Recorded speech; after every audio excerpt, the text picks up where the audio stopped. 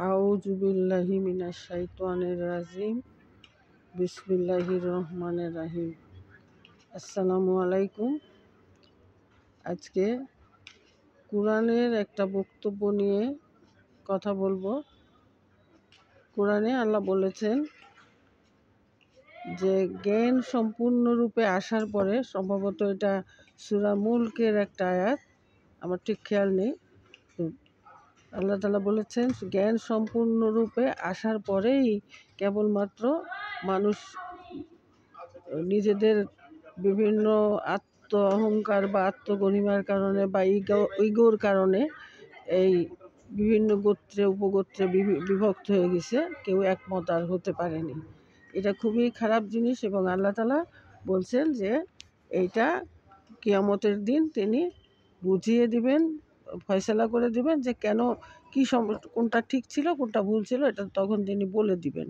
কিন্তু আমাদের কথা হচ্ছে, অন্তত পক্ষে আমি যেটা বুঝি সেটা হচ্ছে, আমরা যখন চারিদিকে যখন যেটা দেখি, যেমন শিয়াদের এক কথা, সুন্নিদের আর এক কথা, তারপরে নানান ধরনের যে ক্লাসগুলি আছে, আবার আমরা ইংরেজিতে স্কুল বলি, স্কুল অফ থট, সেই সমস্ত স্কুল অফ থটের যে সমস্ত কথাগুলি আছে, যেমন কেউ সালাফি, কেউ সুন্নি, কেউ মানে নানান ধরনের এদের ক্লাস আছে, বিভিন্ন ক্লাস আছে, এক একজন এক এক রকম। কেউ শুধুমাত্র কেউ আহলে সুন্নাত ওয়াল জামাত, এরকম অনেক ধরনের যে ব্যাপারগুলি আছে, তারা বিভিন্ন ধরনের বিভিন্ন কারণে তারা এই সমস্ত ক্লাসে বিভক্ত। কারণ তারা মনে করে তারা যেটা বলতেছে এটাই ঠিক। একটা কথা বলি, হযরত মুহাম্মদ সাল্লাল্লাহু আলাইহি সাল্লামকে আল্লাহ দুনিয়া পাঠিয়েছিলেন কুরআন ডিসক্রাইব করার জন্য, এবং আল্লাহ তাকে বলেছেন যে তুমি অন্য কোনো কিছু বলবে না, শুধুমাত্র কোরআনের কথা বলবা, তোমার নিজের কোনো কথা বলতে হবে না। এটাও কোরআনে আছে। সূরার নামটা মনে আসতেছে না, আয়াত হচ্ছে 44, 45, 46, 47 আয়াত, কিন্তু আমার সূরার নামটা মনে আসতেছে না। যাই হোক, এই কথাগুলি যখন আল্লাহ তাআলা তাকে বলছেন এবং বলছেন যে যদি তুমি নিজের থেকে কিছু বলো, আমরা তোমার ডাইন হাত ধরে ফেলবো, তোমার শিরা কেটে দিব, আমরা কিছু করলে তোমার কোনো উপকার করার কাউকে পাবে না, ইত্যাদি নানান কথা বলছেন। তারপরেও কিন্তু আমরা নানান ক্লাসে বিভক্ত হয়ে গেছি। এবং আমরা সুন্দর একটা হাদিস বলি, যে হাদিসটা হচ্ছে যা হযরত মুহাম্মদ সাল্লাল্লাহু আলাইহি সাল্লাম বলেছেন যে আমার একটা হাদিস অন্য মানুষের কাছে পৌঁছে দিবে, সে কিয়ামতের দিন তার চেহারা উজ্জ্বল হবে। আমার প্রশ্ন হচ্ছে, যিনি সারা জীবন এত কষ্ট করলেন, এত অত্যাচারিত হলেন, এত নিগৃহীত হলেন হাদিস প্রচারের জন্য নয়, কোরআন প্রচারের জন্য, অথচ তিনি বললেন কি কোরআন প্রচার করতে না বলে বললেন হাদিস প্রচার করতে। এইটা যে একটা ভুয়া কথা, এটা কি প্রমাণ করার আর কোনো দরকার আছে? আর কোনো সনদের দরকার আছে? কারণ তিনি সব সময় বলছেন, কোরআনের ভিতরে আপনি দেখবেন আল্লাহ তাআলা বলতেছেন তারে যে তুমি তাদের দেখে প্রভাবিত হও না, তুমি তাদের দেখে তাদের ধন সম্পদ বা ইসের দিকে তাকিও না, তুমি তোমার কাজ করো, তোমার জন্য সূরা ইয়াসিন আমরা সকাল সন্ধ্যা পড়ি, সেখানে 17 নম্বর আয়াতে বলা আছে যে আমাদের কাজ হচ্ছে শুধুমাত্র আল্লাহর বাণীটা সঠিকভাবে পৌঁছে দেওয়া। আল্লাহর বাণী কি?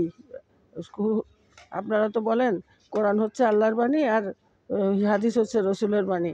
আবার যেখানে আল্লাহ তাআলা কোরআনে পরিষ্কার করে বলছেন আমাদের স্পষ্টভাবে আল্লাহর বাণীটা পৌঁছে দেওয়াই হচ্ছে আমাদের দায়িত্ব, আমরা সেই কথাটা কেন ভুলে যাই? কেন সেই কথাটা আমরা মানতে পারি না? এরকম অনেকগুলি ব্যাপার আছে যা কোরআনে অনেক জায়গায় স্পষ্টভাবে বলা আছে। একদল তো আছেন আল্লাহর রহমতে সালাতের ব্যাপারে, তারা 3 ওয়াক্ত সালাত খোঁজেন, 5 ওয়াক্ত সালাত খুঁজে পান না তারা, এবং তারা অনেকে আবার সালাত খুঁজেও পান না। সালাত শব্দটার অর্থ যে একটা সুদিং অ্যান্ড কাম অ্যাটমসফিয়ার, সেই জিনিসটা তৈরি করার জন্য যে কাজটা করা হয় সেটা হচ্ছে সালাত। আর একটা সালাত যেটা আদায় করা হয়, সেটাতেও কিন্তু শরীরের জন্য, মনের জন্য এবং এনভায়রনমেন্টের জন্য আমরা এই কাম অ্যান্ড সুদিং একটা এনভায়রনমেন্ট তৈরি করতে পারি। যেমন এতে 100-রও বেশি যোগার আসন আছে, যে যোগার আসনগুলি আপনি যদি গবেষণা করে দেখবেন প্রত্যেকটা আসনই নানান ধরনের উপকার, যেমন হজম, তারপরে শ্বাসযন্ত্রের উপকারিতা, হৃৎপিণ্ডের উপকারিতা, আপনার ডাইজেস্টিভ সিস্টেমের উপকারিতা, এর প্রত্যেকটা জিনিসের যে সমস্ত আসনগুলি আছে তার প্রত্যেকটা কিন্তু সালাতের মধ্যে আছে। সুতরাং আমরা একটা দৈহিক একটা সুবিধা পাই। এরপরে আছে আত্মিক সুবিধা, কারণ আমরা যখন আল্লাহর সাথে কথা বলি, আল্লাহকে বলি যে ইয়া কানাবুদু ইয়া কানাস্তাইন যখন বলি, তখন আমরা যদি আন্তরিকভাবে বলি, আমরা যদি কেটে মানে আমি কান্না কাটাতে অত করি না, তবে যদি মানে সেরকম আকুতি নিয়ে আমরা বলি যে আল্লাহ তুমি আমাদেরকে সৎ পথ দেখাইতে পারো, তোমারই আমরা ইবাদত করি, তুমি আমাদেরকে সৎ পথ দেখাও। দেখেন একদম তাৎক্ষণিকভাবে দ্বিতীয় সূরাতে যেই পাবেন, বিসমিল্লাহির রহমানির রহিম, আলিফ লাম মিম জালিকাল কিতাবুল লা রাইবা ফিহি হুদাল লিল মুত্তাকিন। একদম ইহদিনাস সিরাতাল মুস্তাকিমের পরিষ্কার জবাব আল্লাহ তাআলা দিয়ে দিলেন। তো এই সমস্ত জিনিসগুলি শুধু আমরা বোঝার চেষ্টা করি না, আমরা মানার চেষ্টা, এগুলি আমাদের বোঝার চেষ্টা করতে হবে, মানার চেষ্টা করতে হবে। সিরাতুল মুস্তাকিম কি, আমরা কিভাবে সালাত আদায় করব সেই সম্পর্কে, এটা দিনিয়াত বই না। সবচেয়ে বড় কথা হচ্ছে কোরআনটা দিনিয়াত বই না যে আপনাকে এরপরে সিজদা দাও, এরপরে রুকু করো, এভাবে বলা নাই। কিন্তু যেভাবে বলা আছে কোরআন যদি আপনি পুরোটা পড়েন, আপনি ঠিক খুঁজে পাবেন যে দাঁড়ানো, তারপরে রুকু করা, তারপরে সিজদা করা, প্রত্যেকটা জিনিস আছে। এবং সিজদার নিয়মটা পর্যন্ত বলে দেওয়া আছে সূরা আরাফ 7 নম্বর সূরার 29 নম্বর আয়াতে, যে তোমরা সিজদার স্থানে মুখটা সোজা রাখবা। এই মুখটা সোজা রাখলে কী হয় জানেন? ব্রেনে অসংখ্য অব্যবহৃত ব্লাড ভেসেল থাকে। সেই ব্লাড ভেসেলগুলি যখন সিজদা দেওয়া হয়, তখন সেই ব্লাড ভেসেলগুলিতে ইকুয়ালি ব্লাড সার্কুলেশন হয় যদি মুখটা সোজা রেখে আপনি সিজদা করেন। ফলে ওই ব্লাড ভেসেলগুলি খুলে যাওয়ার কারণে যত প্রেশার যতই বাড়ুক না কেন, আপনার স্ট্রোকটা থেকে আপনি সুরক্ষা পেতে পারেন। তো এই যে ব্যবস্থাটা আল্লাহ তাআলা করে রাখছেন ইসের ভিতরে, সালাতের ভিতরে, এগুলি তো আমরা কেন খেয়াল করব না? কেন আমরা এগুলো বোঝার চেষ্টা করব না? আমরা কেবল নানান ধরনের নিজেদের মতো, ওই যে আল্লাহ তাআলা বলছেন না, পুরো জ্ঞান এসে যাওয়ার পরেও এরা নানান ধরনের মতভেদ করে। এই কোরআন নিয়ে যে পরিমাণ মতভেদ করা হয়, এই কোরআনের আইনগুলি বা নিয়মগুলি, আল্লাহর দেওয়া নীতিগুলি, যেভাবে আমরা নানানভাবে এগুলোর যে উল্টাপাল্টা ব্যাখ্যা করি, একজন এক এক রকম ব্যাখ্যা করি, এই ব্যাখ্যাগুলি করা বন্ধ করতে হবে। এই ব্যাখ্যাগুলি বন্ধ করে যথাযথভাবে সঠিকভাবে কোরআন মানার ব্যবস্থা করতে হবে। আমরা যখন বলি যে এই সকাল সন্ধ্যায় আল্লাহর মহিমা ঘোষণা করো, আমরা বলি না না না, সালাত তো করতে বলে নেই, আল্লাহর মহিমা ঘোষণা করতে বলছে। একবার দাঁড়ায় চিন্তা করেন, একবার ঠান্ডা মাথায় চিন্তা করেন, আপনারা কি করেন? প্রথমে দাঁড়ায় বলেন যে আল্লাহ, আমি মুসলমান ছাড়া কেউ না, আমি আসছি তোমার দর সামনে, তোমার দিকে মুখ করে। তারপরে কি বলেন? তারপরে আল্লাহর মহিমা ঘোষণা করেন, আল্লাহু আকবার বলে আল্লাহর মহিমা ঘোষণা করেন। তারপরে কি বলেন? সুবহানাকা আল্লাহুম্মা, এই যে কথাটা বলেন, এইটাও আল্লাহর মহিমায় ঘোষণা করা হয়, অন্য কোনো কিচ্ছু না, এটাও আল্লাহর মহিমায় ঘোষণা করা হয়। তারপরে আল্লাহ তাআলা বলছেন কোরআন তেলাওয়াত করতে। তারপরে আমরা আল্লাহর কাছে ফরিয়াদ করি কি? সূরা ফাতিহা হচ্ছে আল্লাহর কাছে আমাদের ফরিয়াদ। আমরা আল্লাহরে অনেক করে বলি যে আমরা এটা মানতেছি যে তুমি মালিক, পিতাজিনের মালিক, তোমার মতো দয়ালু কেউ নাই, ইত্যাদি নানান ধরনের কথা বলে তারপরে আমরা তার কাছে সহজ সরল রাস্তা চাচ্ছি। কার রাস্তা? যাদেরকে তিনি নিয়ামত দিয়েছেন, অর্থাৎ আমরা তার কাছে নিয়ামত চাইতেছি, আর তারপরে চাইতেছি সিরাতুল মুস্তাকিম চাইতেছি। তারপরে বলতেছি যে আমরা যেন খারাপ পথে পরিচালিত না হয়, তুমি আমাদের সঠিক পথে পরিচালিত করো, এবং আমরা যেন তোমার দেওয়া নিয়ম কানুনকে ঔদ্ধত্যের সাথে বাদ দিয়ে নিজেদের মত মতো না চলি, এইটা বলি। তো এগুলো বলার পরে তো আল্লাহ তাআলা আমাদেরকে সারা কোরআন শরীফ অনেক জায়গায় পাবেন হাজা সিরাতুল মুস্তাকিম, এইটাই হচ্ছে সিরাতুল মুস্তাকিম। এটা সূরা ইয়াসিনের মধ্যেও আছে, যেটা সকাল সন্ধ্যা মানুষ পড়ে, সেটার মধ্যেও এই কথাটা আছে, হাজা সিরাতুল মুস্তাকিম। তো সেই যেখানে বলা আছে সেটা মেনে নিতে হবে, সেটা বুঝতে হবে এবং সেই অনুযায়ী চলতে হবে। এইটাই হচ্ছে আমাদের কাজ।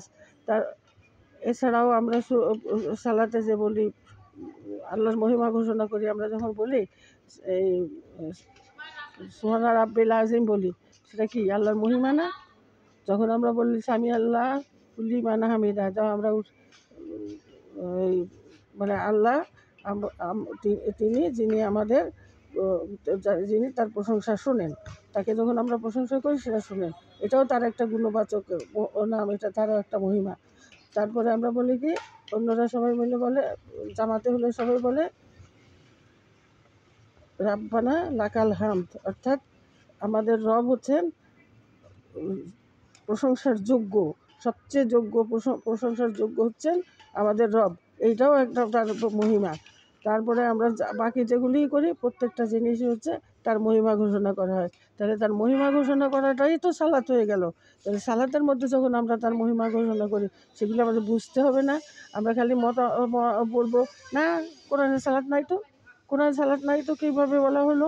সেই সূরা নিসার 102 নম্বর আয়াতে যেখানে এই কসর সালাত পড়ার কথা বলা হয়েছে, যে ইমাম সামনে দাঁড়াবে না মাঝখানে দাঁড়াবে, এই কথাটা যে বলা হলো, এটা কিসের জন্য বলা হলো? অর্থাৎ ইমাম দাঁড়ান। তাছাড়া কোরআনে আরও কয়েক জায়গায় আছে যে কেবলামুখী হয়ে দাঁড়াইতে হয়, সেটাও বলা আছে। এছাড়াও বলা আছে কোরআনে, এই বলা আছে যে ওই মাকামে ইব্রাহিমে যে সালাতের খোঁজ করা, অর্থাৎ ওইখানে কোনোদিন সালাত উল্টাপাল্টা হবে না, ওইখানে সবসময় আসল সালাদটা আদায় করা হবে। তো এত কিছু বলার পরেও আমরা কোরআনের একটা লাইন দুইটা লাইন পড়ে যখন